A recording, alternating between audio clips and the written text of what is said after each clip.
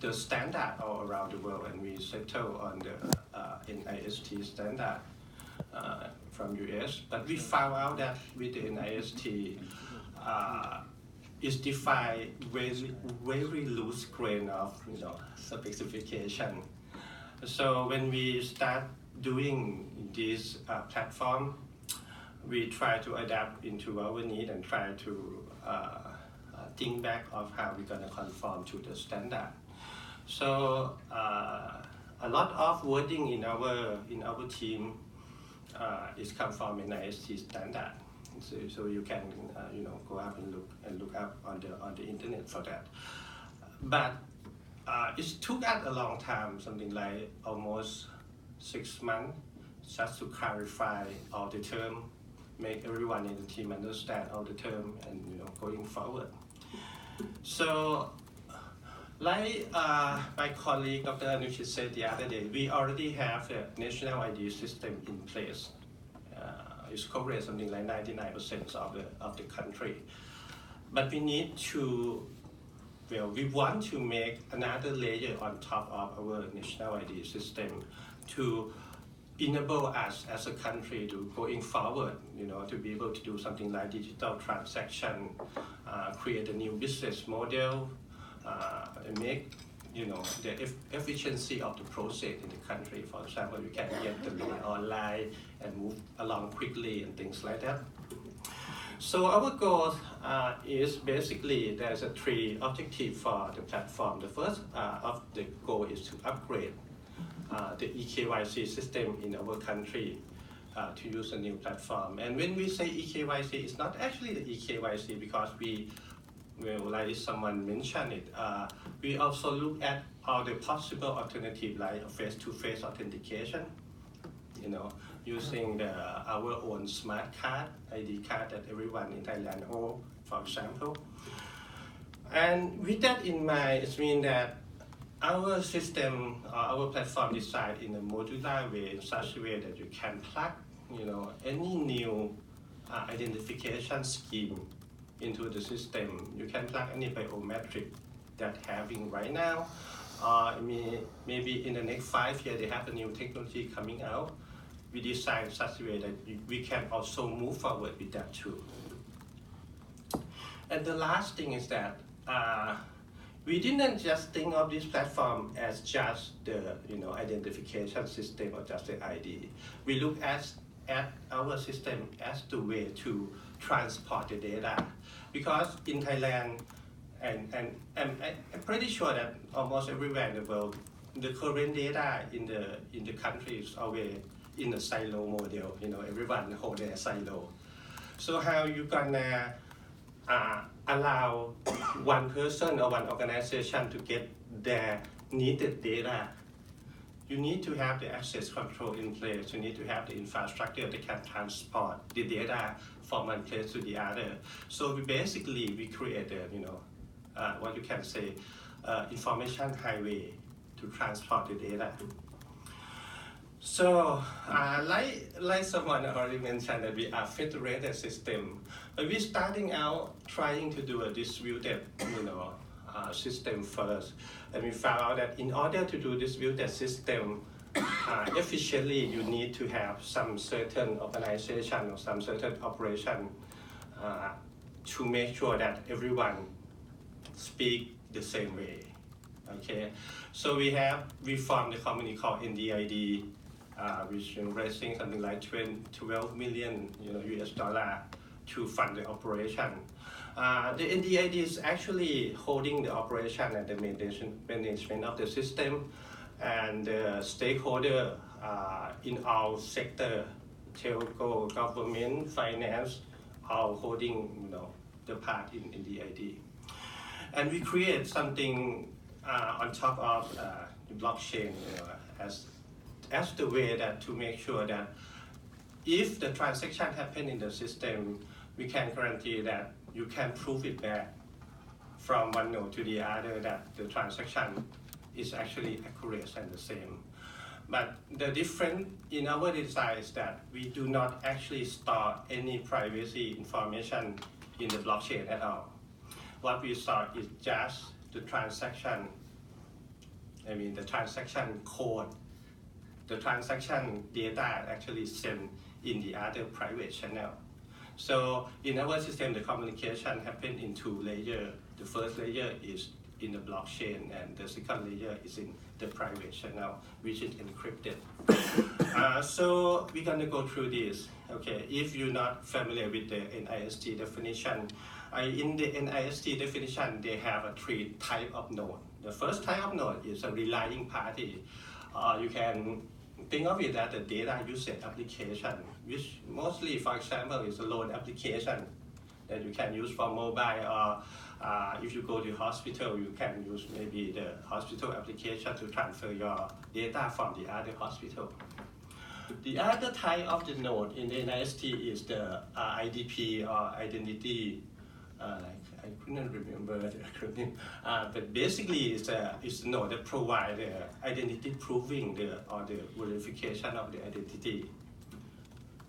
The third kind of the node is called AS, the authoritative source, which you can say this is the data provider. Mostly they're gonna hold the data, which could be different data like credit bureau, the government, and so on. So when you're forming our platform, you're gonna have this kind of node hooking together. And you can say that one common thing is that you're gonna see two layers. The first layer, the application that sit on top of the NDID blockchain node. The NDID blockchain node is the same for everyone, and that is actually our platform. So, and I forgot to mention, it's also open source. You can go up to the internet and search NDID GitHub, and it's going to show our repository. You can look at our code. We just have a security testing and things, and we're gonna roll out something like November next month this year. Okay. Okay, let's look at how transaction happen in the we have all the place, everything in place. First start by, if I come, for example, if I want to use a loan application, and I actually want to make a request to the credit bureau, which in this case should be on the top right hand side. First, I'm gonna write the transaction request into the blockchain. Okay, it's supposed to replicate to every node, but for the sake of understanding, I'm just gonna make a request to just the party that that related. So in this case, if you want to make any transaction, or if you want to send any data in our system, you need to verify and consent first if you are who you are. So it's sent to every node, but the node that's gonna pick up with the node that you specify when you try to send the data. This is the IDP that you want to use. Okay. For example, if I enroll in the IDP from the government, I specify that, okay, this is the IDP that I want to use. That node gonna pick up the request. And then I'm gonna need to make an identification which is kind of out of band to guarantee that I am who I am. Okay, I'm gonna go a little more into the detail of this flow, so just this for the big picture part. After that, the request gonna be forwarded. It's actually not forwarded, it's already sent the first time, okay? It's already forwarded to the authoritative source of the data. Because it's already been proved and consent, the data in this case is a report, the credit report. It's sent back to the data usage application. The loan application could use the data to make a loan decision, fill in the form, do whatever they need with their logic. This is how things work in our platform. So you can see that the identification is just one part. The bigger part is how you're going to be able to pull the authoritative source data and put it together to make the logics work.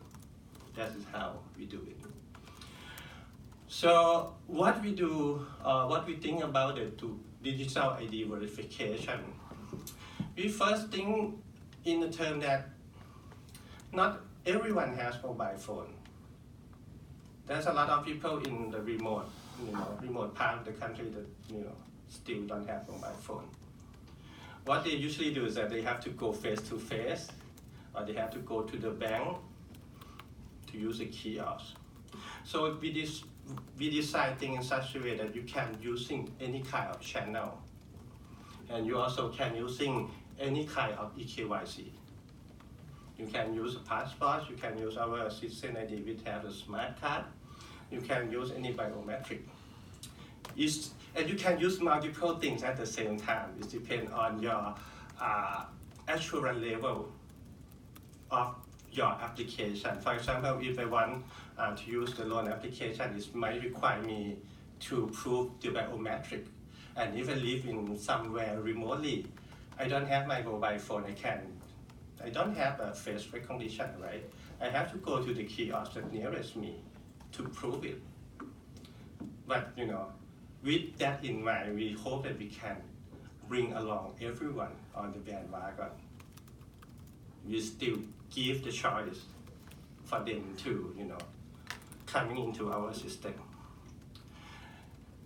And with the goal that we don't want to have any paper in our system anymore. Everything going to be recorded digitally as a transaction. Okay. One of the things that I heard in the past today is, the definition of identification and authentication. I give the perspective of our team that identification is not actually quite the same as authentication. It could be maybe a subset of it, but it's not quite the same. For us, identification is to prove who you are, using maybe something you have, something you own, something you are, okay? But authentication, for our definition, is the access control that you give, the process of getting the access control that you give to get the data or running some function in application.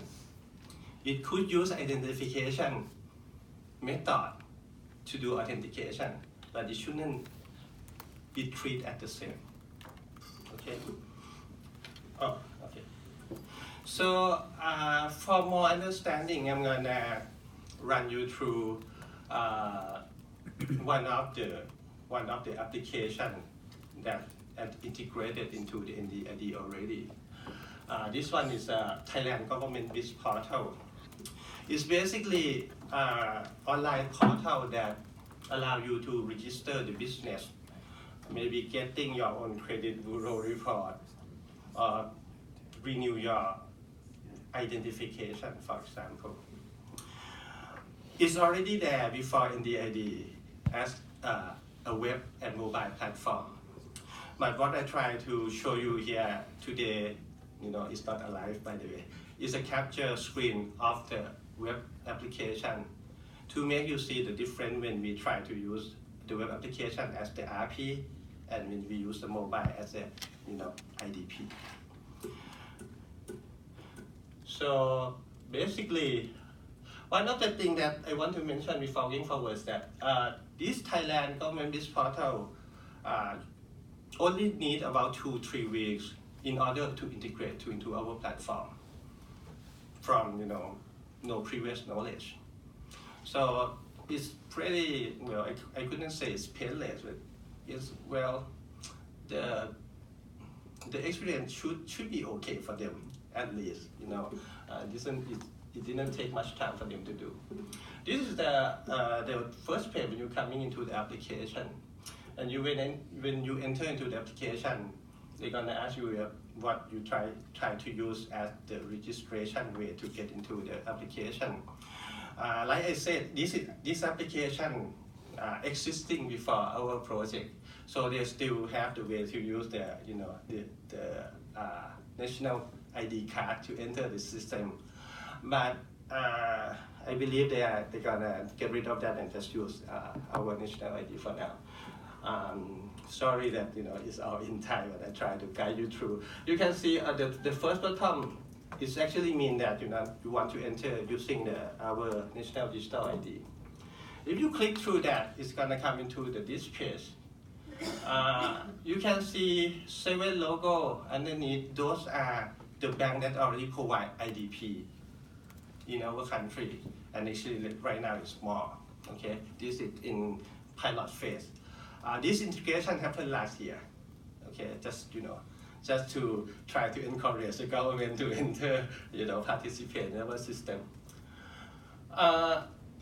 In this case, you probably can log into the web portal application using just normal user and password, right? But when you start to doing some transaction, you enter into the national ID system. You can have maybe your code or maybe just your name and just pick the IDP. You can pick more than one IDP. For example, if I pick 3 IDP, it depends on the logic of the application, right? If the logic application say that they want to make sure that all the IDP confirm correctly before going forward, you can do that too. Or you can just say that, okay, if any 3 of IDP just say yes, then we can, using the transaction. So I pick 3 IDP in this case. Okay, I'm going to go to the normal term and condition things with, we never look at it, right? Just click through. And from the web application, it's going to say that, okay, please go and use your channel to confirm yourself. Which in this case, I'm going to open up my mobile application. Like I said, I picked 3 IDP, so I need to open up 3 applications. Maybe it's not at the same time, but you can, I cannot say that you can see, right? The message over here is a consent message. And in the consent message standard for our country, you need to state the data that you want to pull from authoritative source. You need to state the data and the data name for what you want. You cannot just consent and they can get anything, okay? And the field gonna be sent to confirm with authoritative source to which of the field that you request. After I give the consent, I need to identify myself. After I identify myself, it's done. You have to understand a little bit that this is off the way, right? I go into the web application, perform my task, trying to get into the registration of new business, and then I confirm myself on the mobile phone on the IDP application. After I'm done with that, I can go back to my application. So this is how flow of Ndid IT works. You can swap the web application with the other mobile application, or you can swap it for the kiosk, or you can swap it for the transaction that happen face to face, but need to have verification in the digital way. Okay? So let's get to the basic architecture. I hope that I'm not running too late. We use blockchain, so I hope I'm not getting too technical with it, okay? In blockchain, as you can see, it's a block of data that, connecting it by something we call a link, right? And in each block, they have a 3 part. The timestamp, the transaction of data, and something that we call hash, which is a mathematical calculation of the data to become something like a string that you can put to prove that the data is correct. And if you want to write a new block, you just make a new link, create the timestamp and the transaction data, and calculate the hash from the previous block. Okay. So Ndid IT infrastructure is, well, I wouldn't say it's simple, but we try to make it simple. On the right side is the Ndid IT node that everyone in the ecosystem have to run. The Ndid IT node has 3 major layers. On the left side is the application. On the left side is the application that any party that want to do any kind of logic need to write their own program to do it. But it conforms to our API. So if we go a little bit further, on the blockchain layer, we design it in such a way that everything is modular. We have the blockchain adapter. Currently, we use a blockchain engine called Tendermint, which starting from Korea, but end up having a startup called Tendermint is in Berkeley, California, I believe. In the future, if there is a better solution than Tendermint, we'll be able to swap it because, like I said, we decide in a modular way. On the node logic side, we have 4 major modules. I'm going to go from the right side. State module is the module that keeps the state of the application and the node itself to make sure that it's conform to the other. The platform management is to manage the platform and make sure that everything is going smoothly. The distributed message queue is the one that I said that is the out-of-band encrypted channel that talk to one node to the other. The DPKI module is to keep all the public key in the system in the distributed way. Everyone can see the same thing. And you have the API on the top for everyone. Start with the user enroll. You can come into any IDP and enroll. The first IDP that you need to enroll, you have to use your identity card to prove. The other IDP is depend on the IDP to use identity card to prove, or they can contact with the first IDP that you have. After you enroll your user information, we're going to generate actually one pair of cryptographic key as private and public key. And we're going to write the public key of user to the blockchain and keep other stuff in the IDP database, which separated from the other. The level of data collecting is depend on the actual level of the IDP and maybe the actual level of the application, which Thailand standards have so many layers. Each application can choose which layer that they want to conform to, and if the user enroll with the IDP and have the actual level lower than the standard that application need, they may need to uplift it. The simple flow start with the transaction to the RP, consent granting, send request to prove identity with the IDP, and then you prove the identity with any kind of the channel that you need. And if you need to uplift it, then you need to uplift it. And later on, the transaction sent back from AS to complete. Which we design the privacy in a couple ways. The first thing is that when you send anything, this is for every node, okay? If you want to ask someone to send you something, first you request it, okay, into the blockchain. It's just a request ID. And then the node send the data with the real request payload plus the request ID using the node key. What is the node key? I haven't talked about node key before. The node key is the key that we create for each node to be able to join our system. And with that, we can kick them off too if we don't want them to be in our system. So in case of any foul play, we can ban them for the time being by invalidate the key, for example. The interesting is that when any data sent between a node, they're gonna be encrypted in 2 layers. The first layer, we encrypt the envelope using the node key. The second layer is we encrypt the envelope, the data itself, using the private key of the user that was enrolled at the IDP. So it means that when the data go to the user, only the user that have that private key can open it. In the future, you can put this private key in the SIM card and have the application open the data as an end-to-end encryption from the SIM card. I'm almost done, only 3 slides.